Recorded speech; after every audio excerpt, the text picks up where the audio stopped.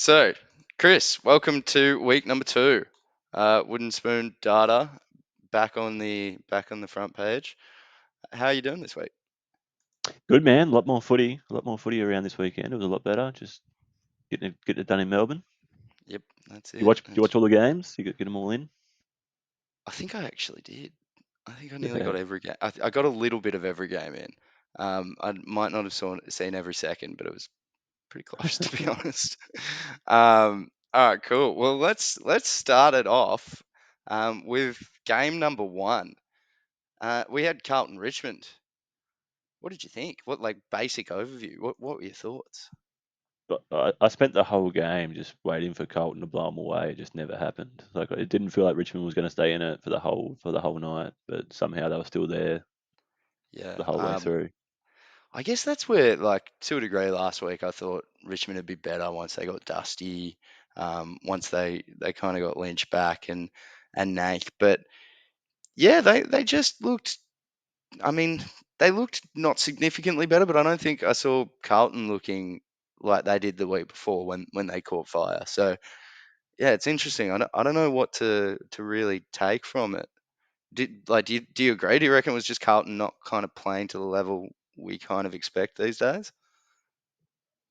I still don't know what to expect from Carlton. Like they had a good finish to the year, but you never know. They might turn it off. They haven't been winning super convincingly. You know what I mean? Like the Yeah, Brisbane win we thought was good, but now Brisbane's lost to Fremantle. So yeah, that's I guess one we've got for later, but that was that was very impressive by Freo, that's for sure, and it brings into question Brisbane's strength, and then again then Carlton. So yeah, it kind of is a bit of a domino effect.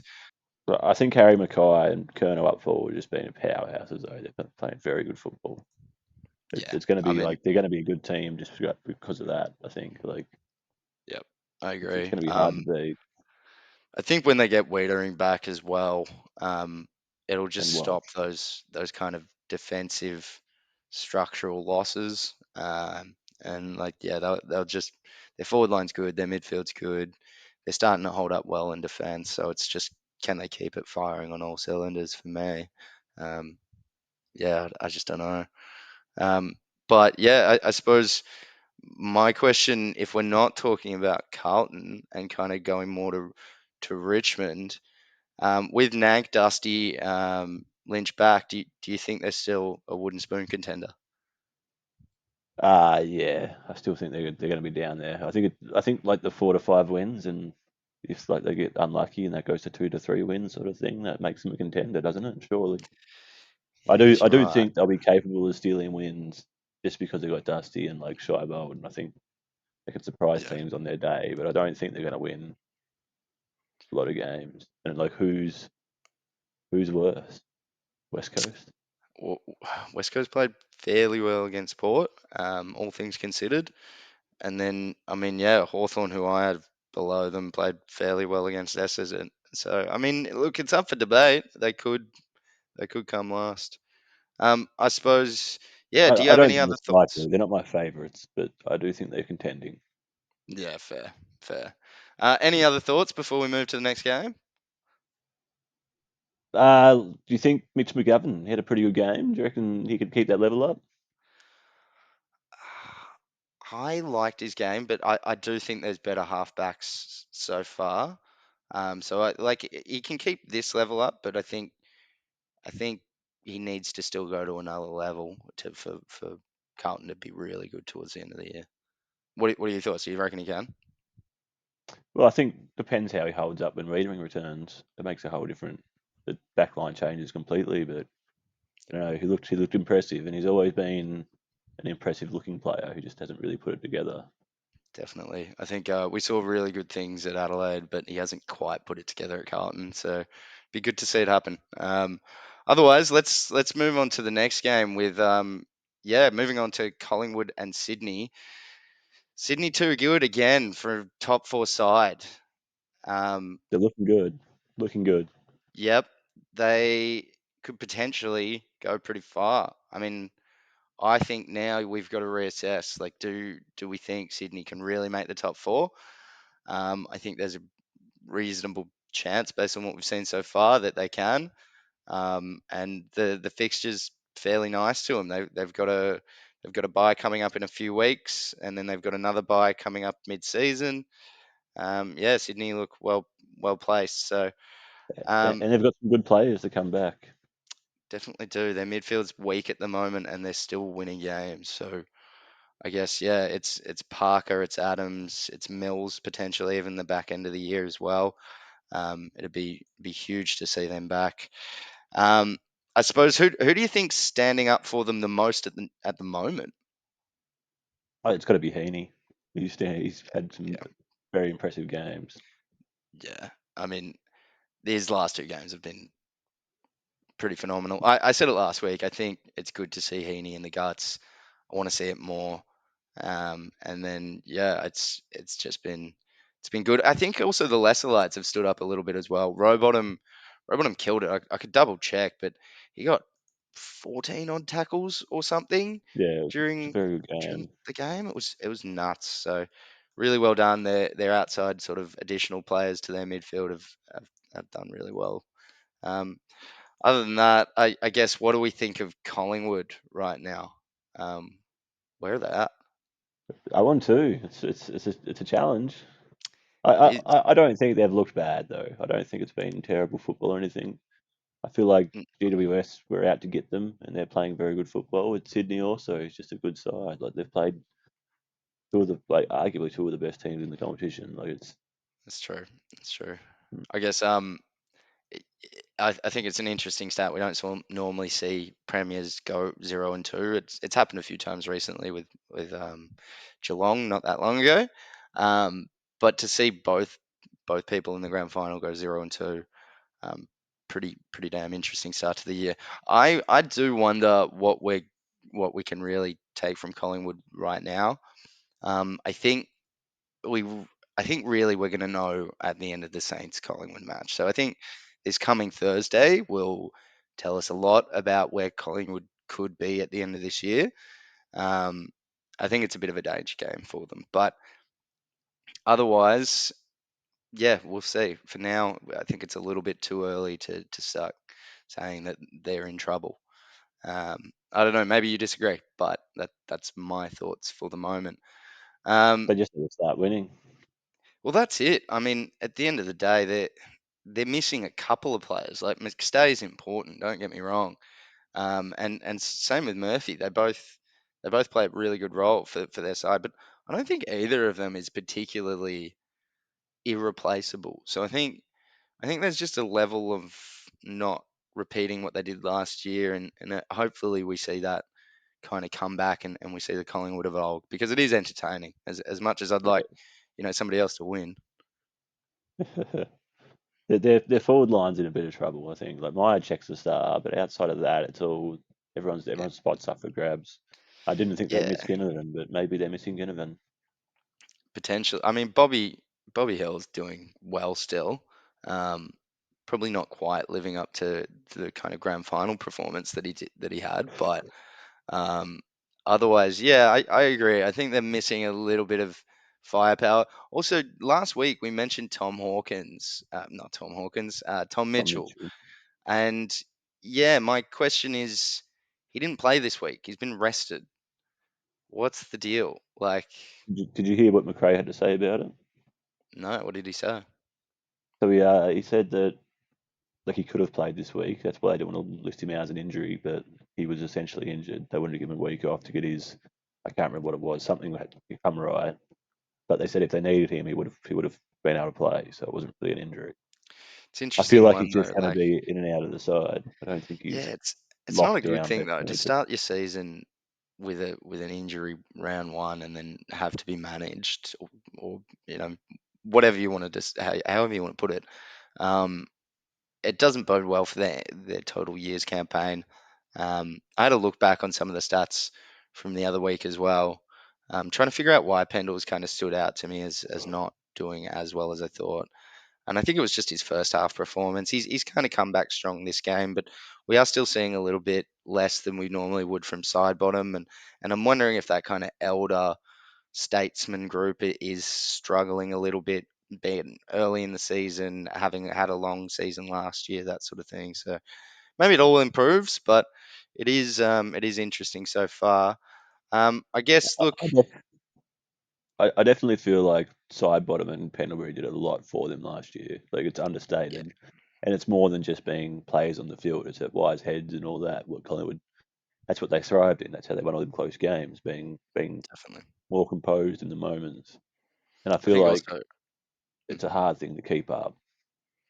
yeah, definitely. I mean, I think we've seen a very good next man up mentality from Collingwood last year, whereas this year it just kind of hasn't been there. We've only really seen Dacos really standing up both games. That being said, uh, do you think Dacos got Brownlow votes in his last two games? And if Collingwood isn't as good as they were last year, can he still win the Brownlow? He definitely hasn't got the three votes. Maybe like I don't even think he would have got the twos. Maybe he snuck in for ones. But it's possible probably in both games. But Yep. I wouldn't be surprised if he wasn't in the votes either. Like it wasn't. They weren't overly impressive performances. No, They were just very I good, very solid. I agree. Like he's been leading Collingwood for both games, but based on the result of both games, does he actually poll in the votes? I think I would say yeah. I potentially, would but say it was Collingwood's best over both games. So he's definitely around the mark. it'd be pretty close. You could argue it at least, but yeah, I think it's one of those ones where maybe his namesake gets him kind of that little extra shine where others wouldn't, but. Um, Yeah, I think at the moment it's kind of one of those ones where he's probably not got the numbers so far to be leading the Brownlow, which will be interesting. We might need to see a comeback from Dacos. Look, moving on to the third game of the week, starting out the or just before the end of the Saturday night games. Um, we have Essendon and Hawthorn. I suppose, look, to start on the team that we're probably going to talk about less. Um, Hawthorn, their forward line fired, but But it fired fired. it fired awry. It did not particularly fire in the direction they wanted it to go. It Um, would be very frustrating for them because it was a very impressive looking forward line. It looked very connected. They just could not kick a goal. It was a struggle for them the whole game. yeah, I And normally players like Bruce and Gunston who don't miss were just missing easy ones. yeah, it was kind of all over the shop from them. And to be honest, there was moments where I thought they could win. That they had more scoring shots throughout the game. It just did not come together. I think we saw Watson kick 0-3. We saw uh, Bruce kick 0-2. I mean, there was a few people that just didn't quite hit the scoreboard the way you'd want to. But yeah, look, I mean, there's positive things for him. Just not a great game. Now we move on to your team, though, mate. Um, yeah, what did you think? What do you think I, of Essendon's first outing? I'm glad we got the win. I don't think it was super impressive. It was a new look. Like we definitely was changed some things and moving a bit slow. I'm not sure whether slow movement's the right sort of movement for the competition right now, but we'll see how we go. I did think a lot of players performed well, but it didn't translate to just like scoreboard success. Yeah, Like I felt like we were just hanging in there the whole game, and like arguably we should have got blown away by Hawthorn if they kicked straight. Like yeah. I think things to who improve on for knows? sure. They're going to be hard to kind of improve in some regards. You've got Zach Reed down now with Ridley gone as well. What do you do? Who's the next man up for Essendon? Oh, look, if Reed does go out, like they've only put it down to hamstring awareness at the moment, not even tightness. So who knows? Maybe he gets up. But if he does come out, I think like Laverty is the obvious choice to Yeah, replace okay, him. fair, fair. I But suppose. they Look, did try Nick Cox. Nick Cox did play a bit tall. he did all right. He's definitely got the ability to intercept a mark. Whether he can start clunking them and then really directing the back line, I'd love to see it. I haven't seen it yet, but who knows? Maybe it comes in the near future. I But suppose moving on to the kind of the suspensions, mate. What did you think? Sicily, there was a bit of a scuffle there. I didn't think there was much in any of them, to be honest. It'd be sad if any of like both of them lost a week. I didn't think Redmond's. I think Redmond's is probably the worst of the two for what looked. It looks worse, but Yep. I don't know. It doesn't seem like a week worthy suspension. It was a bit of a miss push to the chest. Yeah. And Look, I Sicily's, mean, it just yeah, it was a bit of a scuffle and like he threw a leg out. I don't think he was meaning to kick the guy. It didn't look. yeah. I look at both of them are lighter ends from what I'd expect, but at the same time, I can kind of see the AFL saying, "Hey, why do you kick your leg out? There's no point." And similar with kind of protecting the head, I think to a degree, it's just don't do it. Like if you're gonna push somebody, like what does it really achieve? Wait till you get into the next contest with them and make sure you go harder. That it's kind of one of those ones where it's I can see why they've given it a week or they've attempted. Maybe they'll go to the review, but yeah, it's just seems a little bit silly. Um, Look, other than that, do you have any thoughts on your team or maybe even Hawthorn? What's kind of your major thoughts on the game?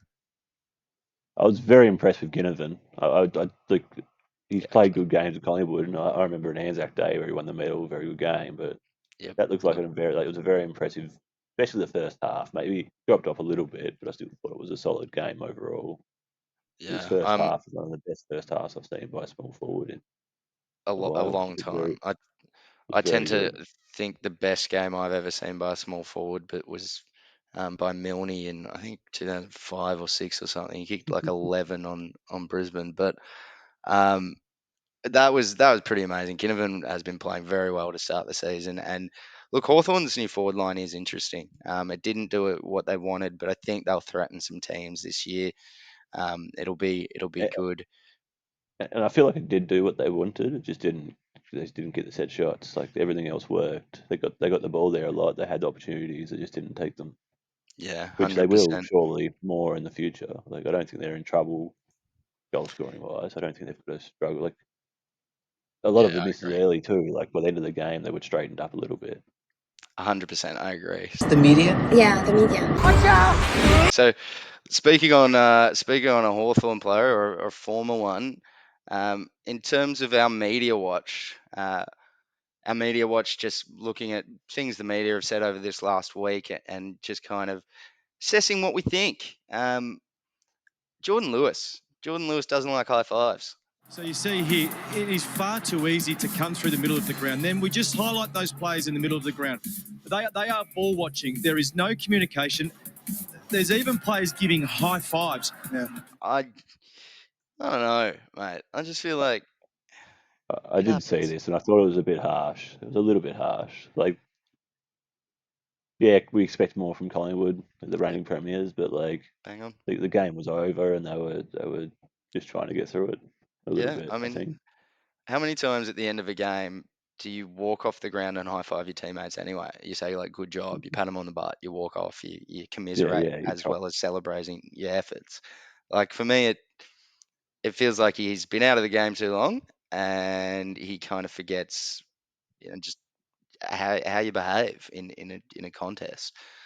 So for me, that's the media watch. Jordan Lewis, pull your head in, mate. It's just a high five. It's really not that important. And now we're going to go to what will eventually be our ad break. But for now, enjoy our little segment. Who's that? Footballer. It's Leo Barry. roll the dice for the Eagles! Leo Barry, you star! So essentially, we're on to game 4, which was GWS versus North. The Giants' giant forward line stands tall again. I mean, It's very good. It's very good. yeah, like They're what playing like premiership favourites. I think they have to take the title. I think. right now, I feel like Sydney and GWS could be having a grand final, could be a New South Wales grand final. GWS looks great, and yeah, like North played all right, but Giants Giants definitely look very good. North's accuracy made the game seem closer than what it was. Yeah, 100%. I mean, they could have gotten blown out, to be honest. North played well, but I don't think we see performances like that from them often. They're not gonna kick what 14-4 or something, I think it was. I'd have to double check, but um, yeah, 121 to 82. North definitely looked all right, but 13-4 was the final score. But yeah, I mean, that's not going to happen every week. And Giants kicked nearly 40. Scores like 17 goals, 19 is quite a large amount. Um, yeah, I don't know what I don't know. I don't want to verse. I don't want to verse them. That's that's my takeaway from the They just Giants. seem strong in every line. Like I'm not sure if they have any weaknesses. Yeah, I can't really find them. And look, they've got young kids everywhere. Like if somebody goes down, they've got replacements. They look like they're ready for a premiership. I guess yeah. I don't want to verse them, and that brings us to my team. Then the next game, St Kilda Cats. What are the main takeaways? I suppose. What do you think? Like it felt like a pretty like both teams are pretty inaccurate, and I feel like the accuracy by foot and in front of goal cost them. Yeah, definitely. I mean, I think both sides to a degree. Like, Cats could have maybe put this away a fair bit earlier if they kicked straight. They got 10-16. So, I mean, it's kind But of one of those hard. both teams didn't play last week. It might just be a bit of rust. Like Could be.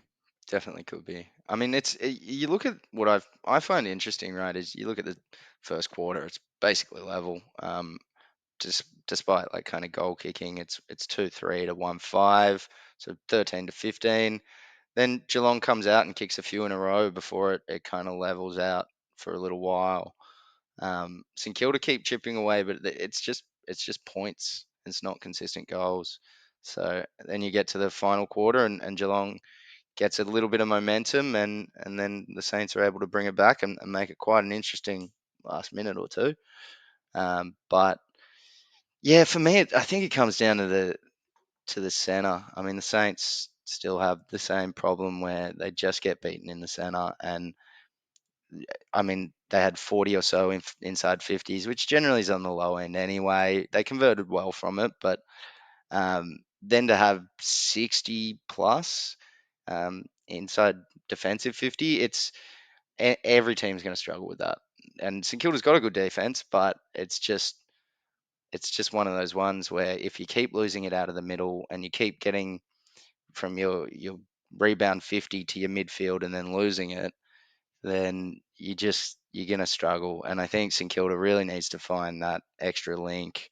They only really got centre clearances from Marshall, Steele, and Crouch, and there was a few others in there that just didn't quite get it done. So they need their kids to do a little bit more, or they need Seb Ross, who was subbed out to do more. Those sort of people. So I think yeah, centre line needs improvement from a Saints fan's perspective. But in terms of looking at the Cats, geez, they found one in Ollie Dempsey. Um, it did look impressive. yeah, we didn't really have an answer. He was just absolutely on top of us. I love him. I think they've found a good one there. From memory, he's a fairly late pick, and I think they need somebody to like kind of balance with Stengel, make sure that there is that sort of smaller representation in their forward line because Hawkins and Cameron just can't do it all. Um, yeah. Any sort of final takeaways from this game? Nah, you've pretty much said it all, man. I think like you went through St Kilda pretty in depth. Yeah, fair. I suppose, just to be that sort of Saints fan that wants to hear nice things, is there any sort of players or anything you liked about St Kilda considering they lost? Is there any silver linings? Like I don't think it was an embarrassing loss or anything. Just playing Geelong in Geelong is always a hard effort. Like Definitely. it's first game of the season. I don't know. I think it's just a bit of rust. Ross Yeah. Lyon didn't seem very happy with the result. Like he's been pretty upbeat this last year, but he seemed to crack it a little bit, I thought. Yeah, I mean, I do like Cuddly Ross, but I do think at times we kind of need the old Ross the Boss back. It's a horses for courses situation, and I think yeah, maybe we do see more of it. But yeah, moving on then to Gold Coast Adelaide. I admittedly didn't see a ton of this match. Being a Saints fan, I was watching more of the Saints catch match, but I did flip it over towards the end when Adelaide started an absolute comeback. Like I couldn't believe. I thought we were seeing kind of some results similar to the Richmond match from the week before, but I thought it might actually get over the line this time. Um, yeah, I suppose it was very interesting. It seems like Gold Coast is playing some good footy, man. Like their top end is being very consistent performing together. I am still worried about what happens when that doesn't happen, like challenge. But yeah, I just don't know. Trust them. It's Yeah, tough, but they are consistent. yeah, they definitely And seem to be like improving. But yeah, as you said, it kind of comes down to like, can they do this against a top side? There's a couple of who are they versing this week? Do you know? I haven't actually double checked. They're versing the Dogs. That's right. I mean, this will be a good test. This coming week will be a good test. We'll figure more about them. I think. Bevo see how is a they weird. play. See how they play away from the Gold Coast. It's interesting. That too, but also Bevo's a weird one. He might just pull out some odd decisions out of the blue, and then we can't make any further calls. But yeah, let's kind of keep going from there. I think we're at Sharon Shenanigans. Have a look at this. Great shot of something not so good. Bang! Jared Witz is the Sharon Shenanigan for the week. That's gone in the wet. Would have hurt. Wet ball right in the face from like Right in the 50 scum. meters away. Not what you want. The hell with being an unsung hero. I want to be sung. Anyways, we move on to our unsung hero of the week. I've got one from this upcoming game that I was quite impressed with in Jack Billings, being a former St Kilda, not being a former St Kilda player and a fan myself.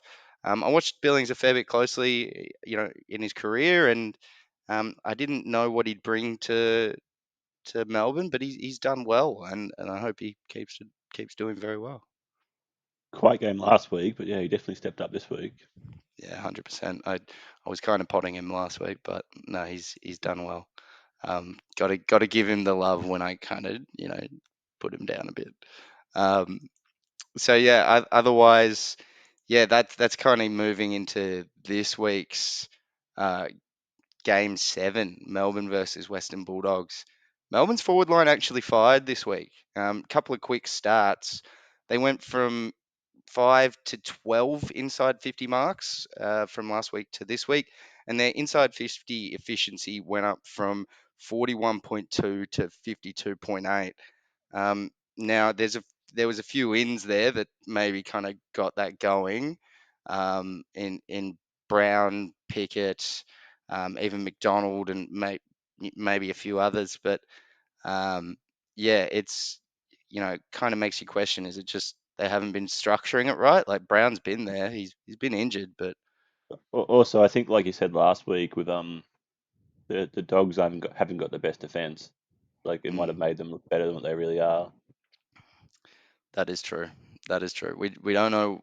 Again, it's so early. It's hard to take like real understandings of where a team's changed or not over the summer. So yeah, it's a tough one with that match. I do think we saw an improved Melbourne. Um, it was good to see Oliver back firing again.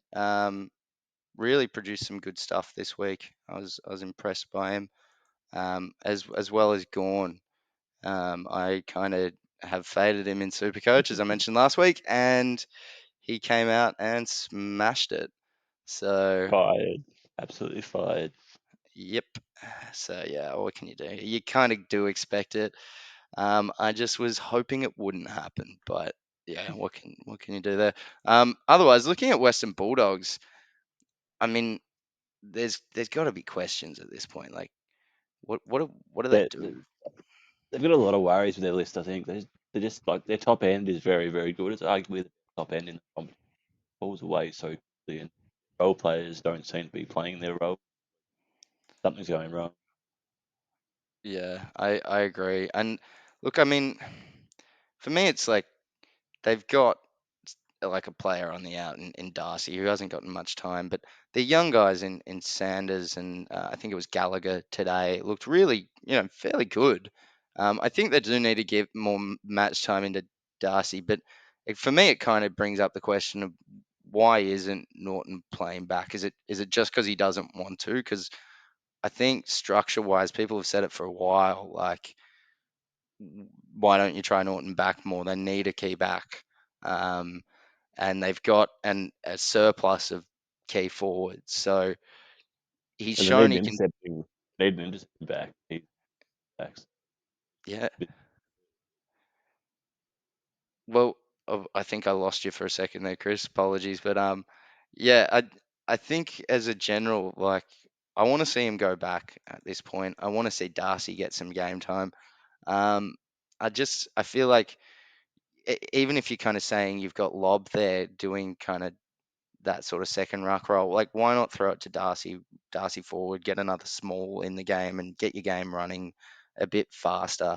For me, it feels like they've got too many tools, not doing enough in their forward line, not enough tools in their back, doing what they need to. And then their midfield's very strong, but you know it just doesn't feel balanced anywhere. And I think you start by fixing your back, focus on what your forwards are going to be because there's too many there. Otherwise, you kind of potentially saying you're going to lose Ugle Hagen. And then, yeah, I don't know. Like at this point, it's what do we do? Other than that, what do you think? Who do you think like looks good? What's kind of the pass mark? What's your thoughts? So, like with the doggies, I thought Jamara looked really good, but like I was surprised at the end of the game when he only had 2 goals. Like it didn't seem like it paid off for him. Like Yeah, what's his sort of pass mark this year? I guess, especially if you do send Norton back. Like how many goals do you need out of him, and can he deliver? Like is he? definitely. I know he's going to be worth a lot of money on the open market, but like what's he actually worth? Yeah, But I a lot agree of because talent looked good. yeah, I liked his game a lot. And yeah, to be honest, I hadn't double checked the stats on goals, and yeah, looking back on it, I'm surprised he only got two. He seemed to be kind of everywhere. So yeah, for me, it's yeah. What do you do? Like, I feel like Bevo needs to stop throwing the magnets around so crazy and just really settle on what he's gonna do. I guess we move on to the next game then, in terms of Port and West Coast. Did you get to watch much of this game? I was fairly impressed by West Coast, to be honest. Yeah, I thought they played better than the school. Like you say that, but also Port had like what 40 odd scoring shots, missed Yeah, 22 points. It was a lot worse than it was. I thought West Coast did show a bit, especially early up to half time. They were right, taking it right up to them. But yeah, yeah, I think Port's a good gap. Yeah, Port's at where West Coast. I yeah. did I think mean, the number one pick, Harley Reid. I thought he come in and looked very composed and took a few moments. I agree. I I'm don't think definitely he had agree. an amazing game. Definitely. No, look, he didn't set the world on fire, and there's no guarantee that he gets like the nom from this week, but he did quite well, and I think Harley really showed that he's got the spot and like earned it, and not just from his number of draft pick. And yeah, I guess in terms of Port, I was pretty impressed across the board, despite their lackluster goals. That being said, it is against West Coast, so you do kind of have to wonder how much you can read into it. But game one for Port, it's a tick. They needed to get it done. Anything less than the kind of 50 point that they did would have been questioned. So, yeah, you got to say they did their job. Otherwise, is there any other thoughts before we kind of wrap up, mate? As far as Port goes, I think Charlie Dixon is still like arguably the most valuable player in the game. I think without him, they're a completely different side. And like I don't think any team will miss a player as much as Charlie Dixon. I, Definitely. I don't think they have the replacements. I don't think their forward line works without him. I think we saw it last year as well.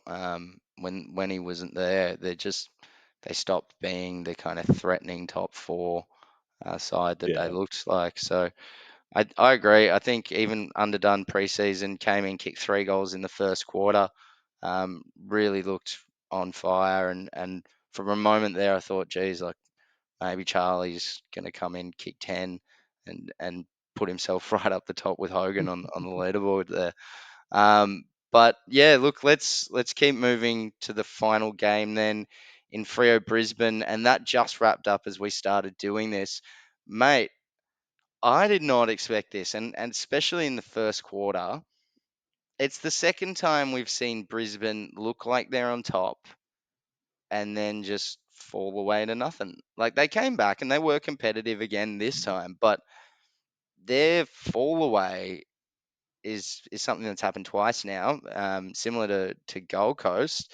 Maybe it's something up in Queensland that they need to figure out in the water. But yeah, it's odd, mate. Like I don't know why we're seeing it. On paper, they haven't really changed from their grand final side that was still fairly good.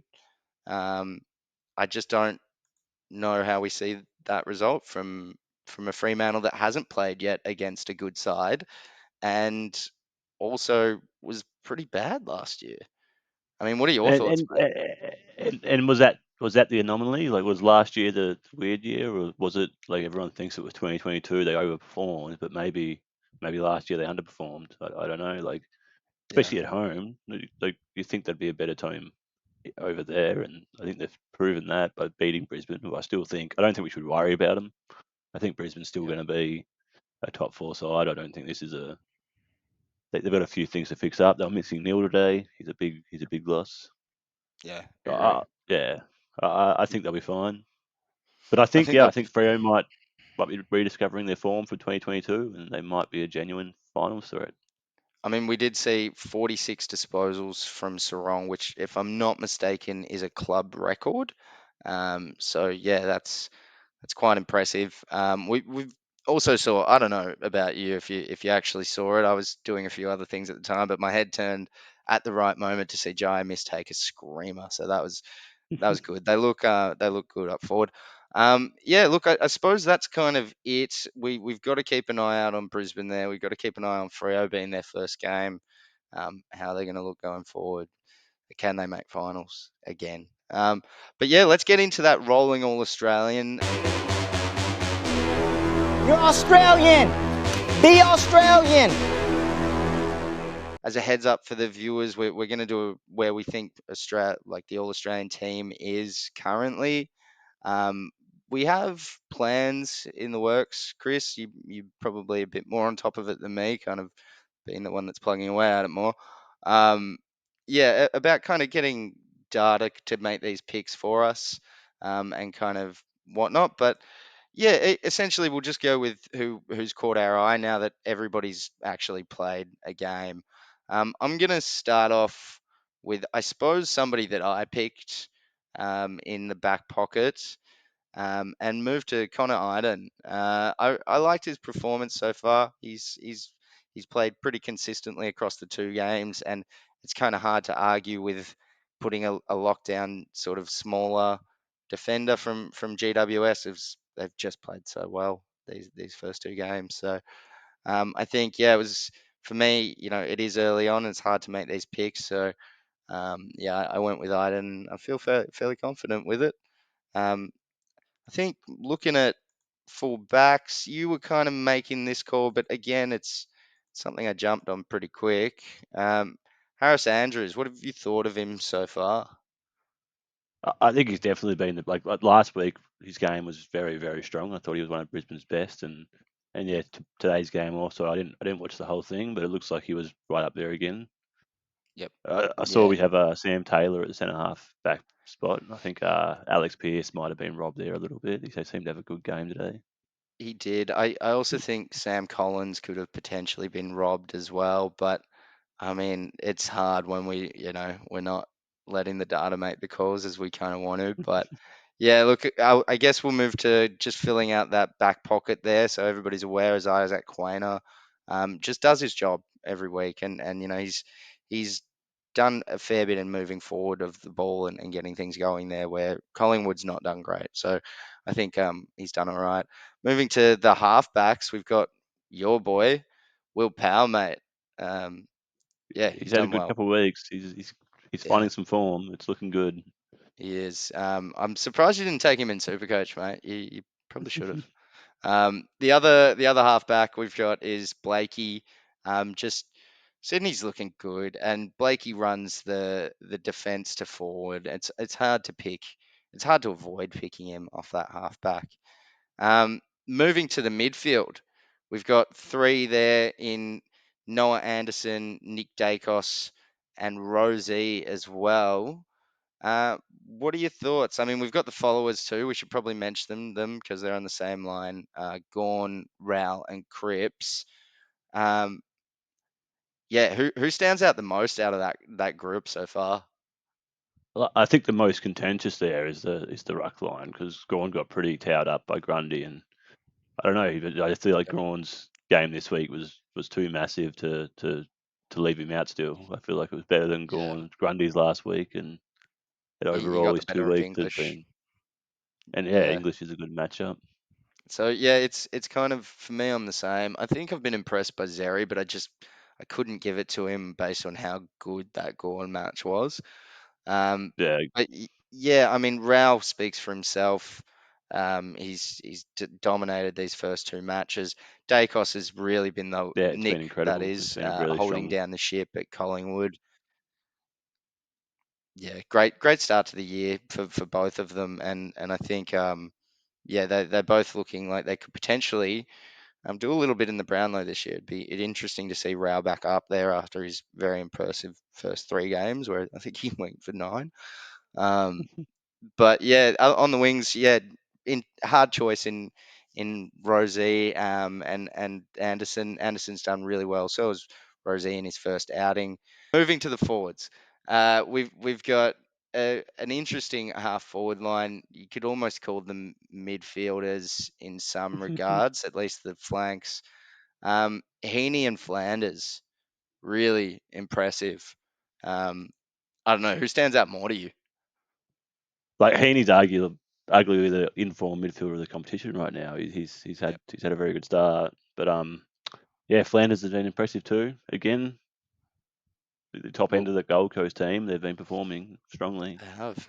It's pretty much everyone in this one except their captain in Took, which is a funny little outcome here. Yeah, So, looking captain, looking. Well, yeah. just a Um, correction there. I think Jared Witts is the captain, isn't he not? is he? I thought it was. Yeah, I'm pretty I thought it was sure. Took. I thought they passed it over. My bad, mate. Um, yeah, okay. Well, apologies there. I could be wrong, but I thought they passed it to Took. But that being said, the rest of the forward line, we've got Harry Mackay. It's hard to go Mackay. I always say it wrong. It's hard to go past him. He's been clutch when he normally isn't so clutch. Him and Kerno on the same amount of goals. It's normally a bit of a flip of a coin, but I think the lack of clutchness to getting that clutch gene has kind of swayed it to Mackay, in my opinion. Um, that being said, the other big tall forward there in Hogan has just shown why Uh, he was, thought of so highly. I think Mackay and Hogan are both good choices, but if you could only have one, I think Hogan is standing still, like head and shoulders above the rest. He's had a very good start. He I looks to be I in very agree. very good form. I think it's clearly there's something that's working at GWS where it hasn't worked for some years before that. So it's good to see. In the pockets, though, we've got Roses as he's been consistent, and so is Gold Coast. He was the only real small that kicked goals in their first game, and he again came to the forefront this game. He is suspended, from what I understand. They might fight it, but yeah, he's done quite well. The other side, Guinea, the one that Collingwood gave up, he's gone. So yeah, basically really well done there. We should go quickly onto the interchange, but we are out of time. We will do next week's predictions as soon as possible, and yeah, or even just the review. And yeah, we'll talk to you soon, guys. We've got to wrap this one up, Kris, because we are kind of getting a bit chatty. But have a good one, guys. Thank you for your time. Cheers.